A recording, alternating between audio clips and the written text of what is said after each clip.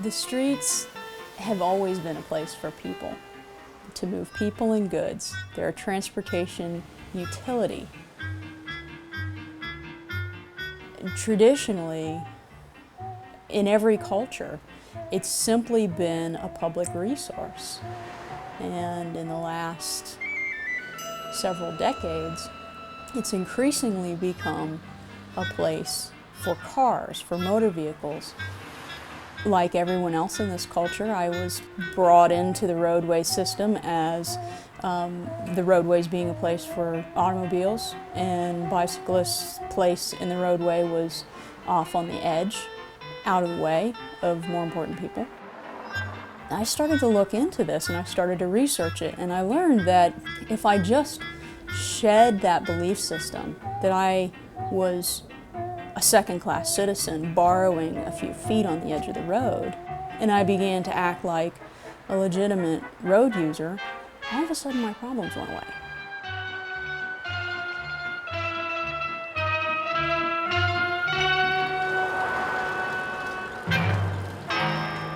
I've been on the bicycle for just a little over 2 years now. Yeah, go ahead, Probably logged just over maybe 6,500 miles. One of my primary concerns was lack of sidewalks at a certain portion and having to ride on the road. It was just a stress because that was built in.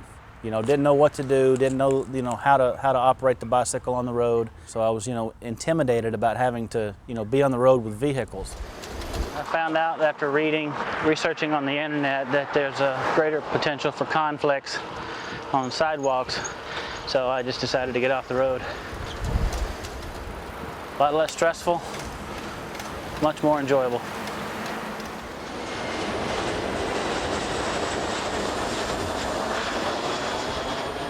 After about 2 months, I was able to locate a book called Street Smarts. So I discovered that a bicycle is a recognized vehicle, and their place is in the travel lane with all of the other vehicles, whether they're animal, human, or motor propelled. That's where they belong, is in the road, in the lane. But one good thing about taking your lane, claiming a position, is it does offer you a much more wider of a passing distance rather than hugging the gutter and being pretty much squeezed.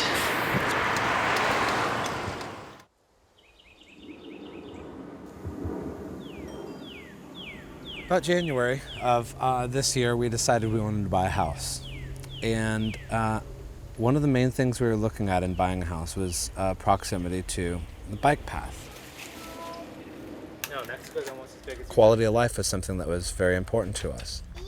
So we found this house, and it was exactly 1/2 mile away from the bike path. I can ride that bike. One of the things that was going with this house is that if we could get this house, I got to get a new bike. 32 minutes.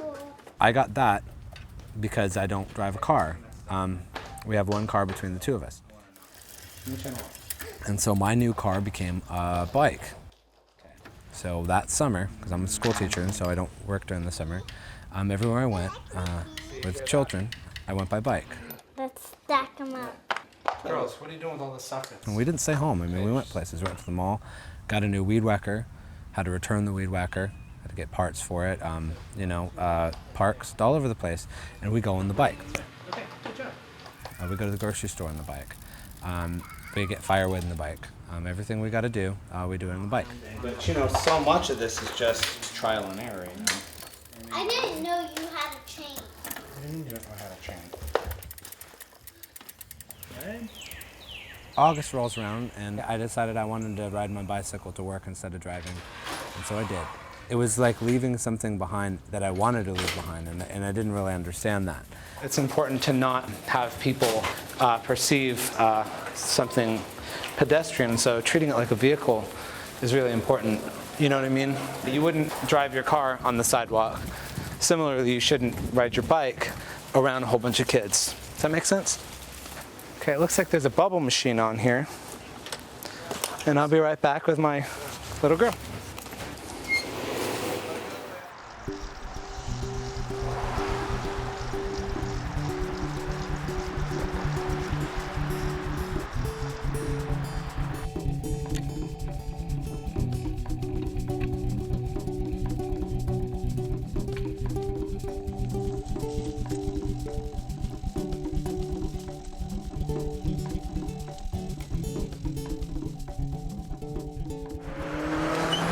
Well, my wife, she's very supportive of what I'm doing, although she doesn't quite agree that I'm out there riding with high-speed cars. The rest of my family members, they're kind of a little bit leery.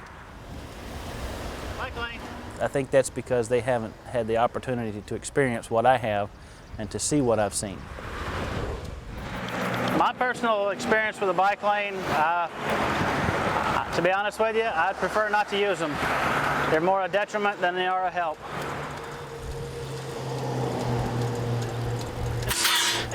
Well, there you go. There's one of the reasons you hit on the topic. The negative effect of a bicycle lane is that it does accumulate the garbage and debris that is blown from the regular travel lanes. But as a general rule, since you are in a designated lane, you're pretty much out of sight, out of mind, and you're on your own.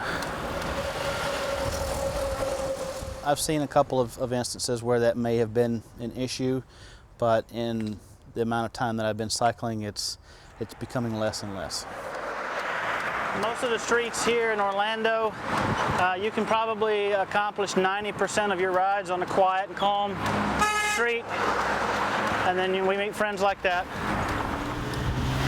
And still, again, I'm a little crazy, for riding out there with the cars.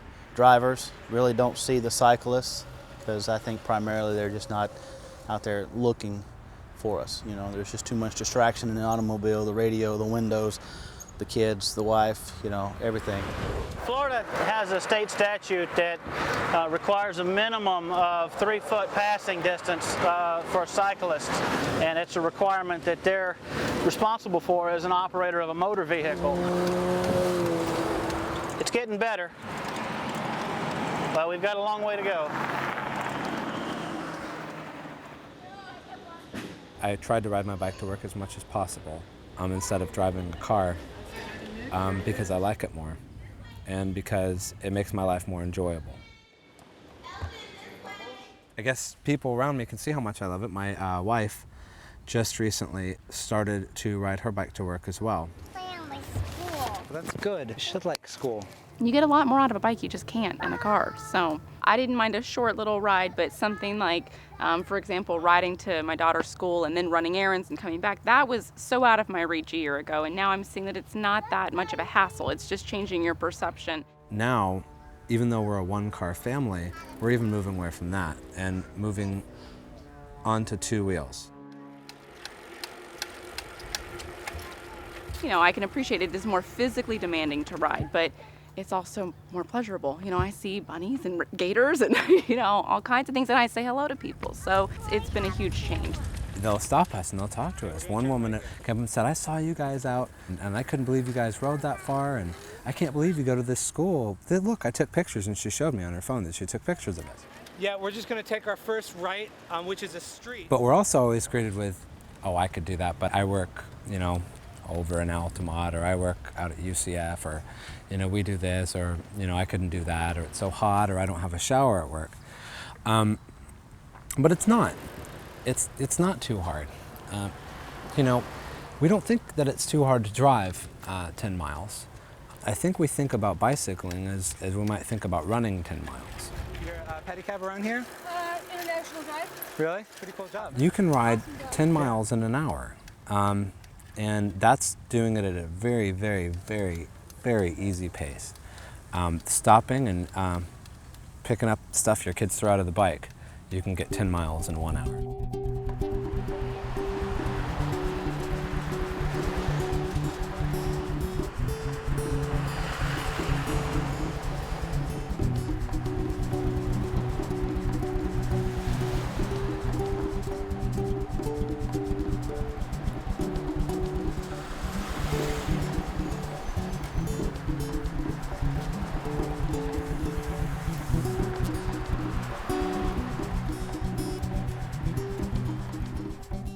I own a 2004 Chevy Silverado 3/4 ton pickup. Since I started bicycling, I've reduced the amount of use that the vehicle sees, primarily because of what I've learned about being able to use the bike as transport rather than just recreation. Well, some people ask me, said, what's the price of gas these days? And to be honest, I tell them I really haven't even noticed. One of the main reasons for getting on a bicycle was diesel Fuel had gotten upwards of $5 a gallon. And since I combined the bicycle, I'm now doing about roughly, I don't know, about $25 every 2 weeks, so about $50 a month. Basically, my truck was more than what was needed to haul around, you know, a 200-pound individual. Being able to be self-sufficient, self-supporting, it's just another thing that makes you feel good about yourself. It's just been a blessing, you know, to be able to have the bicycle and to be able to get around and use it as a form of transportation. You know, I was looking to go back and forth to work and save on fuel costs. So it's just been awesome, you know, and my health has improved, and that's just a side effect that I wasn't even looking for. It's just something that happened. I'm getting at least a half an hour worth of active cardio, so I don't have to fit that time to go to the gym in order to accomplish the same thing. You know, I do what I do because I enjoy it and because it's smarter. It's not a waste of money. You know, we're talking about what we're talking about, like when we drive cars a really short distance, in my opinion, is kind of tantamount to taking an airplane 45 miles away. You're saving such a small amount of time. You know, whether or not morally and intellectually we're like animals, physically we are. We don't get that same sort of exercise that's tantamount to what they have when they look for their food. And so what happens is we have an unnatural balance. Bicycling helps to return the natural balance from the perspective of health. Economically, it's a healthier choice. You don't pay for insurance, which is $100 a month. You could get one bike every year for $100 a month. You don't pay for gas, which is also $100 a month. So you could get another bike. You don't have a car payment, for which you could get 12 bikes. Not that you have to measure things in terms of bikes. I mean, I do now that I've seen how awesome it is, but economically, we have so much more freedom. Only having one car, and now that we've moved out, not using the car as much, we've really opened up our possibilities. We just have $500 to $600 extra every single month, simply because of riding a bicycle.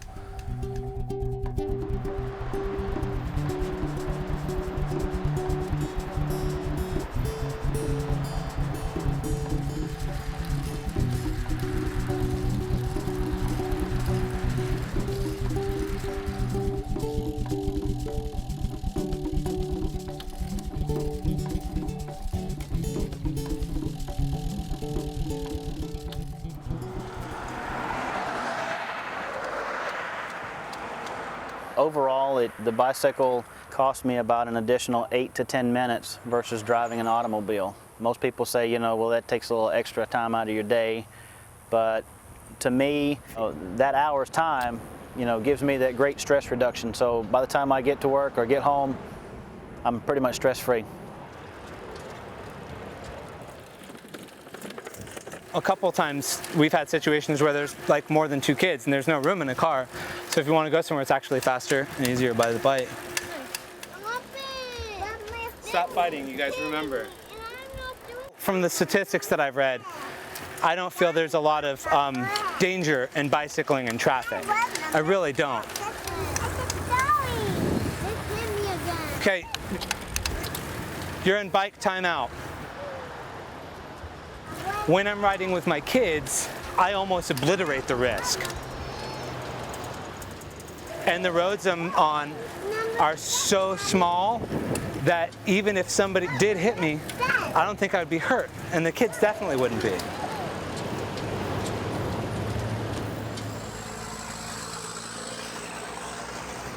I see life in general, it's as stressful as it is and can be. A lot of it has been reduced, primarily just because of, you know, being on the bicycle, being able to slow down, take your time, you know, relax and observe your surroundings. There's just been a lot that I've seen that I normally wouldn't see, you know, rushing around in an automobile. Of course, you have to start out small, and you'd want to get with someone that knows a little bit about what's going on to give you a little bit of ins and outs to get you started. Once you do that and you start discovering, you know, well, I didn't know that road went this way. I didn't know, wow, I can get from here to there and it only takes me half the time. Learn a little bit about the cycling, learn a bit how you can be more self-sufficient. You know, how far do you live from a grocery store, convenience store, post office? Get on a bike, ride. You know, if you can't come into work, go to the store. Easily, that's it. You know, you've done your part.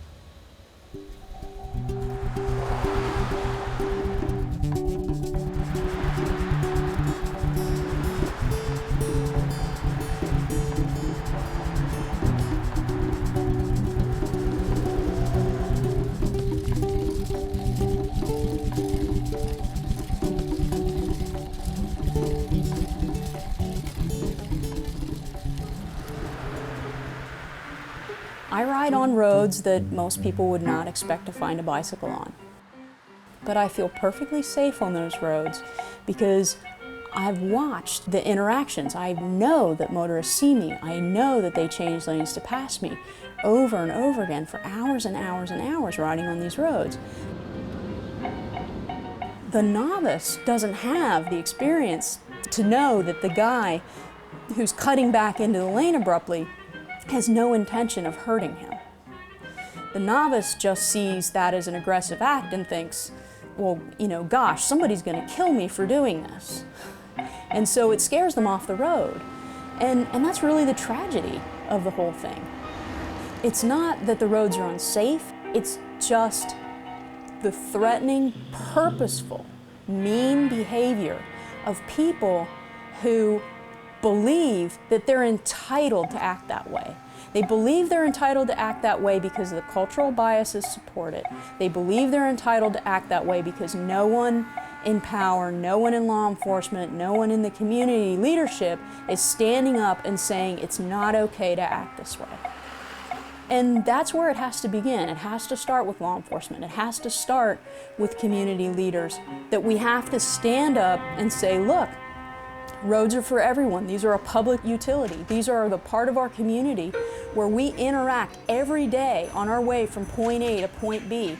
And if we can't be civil to each other, what does that say about our community? What does that say about us?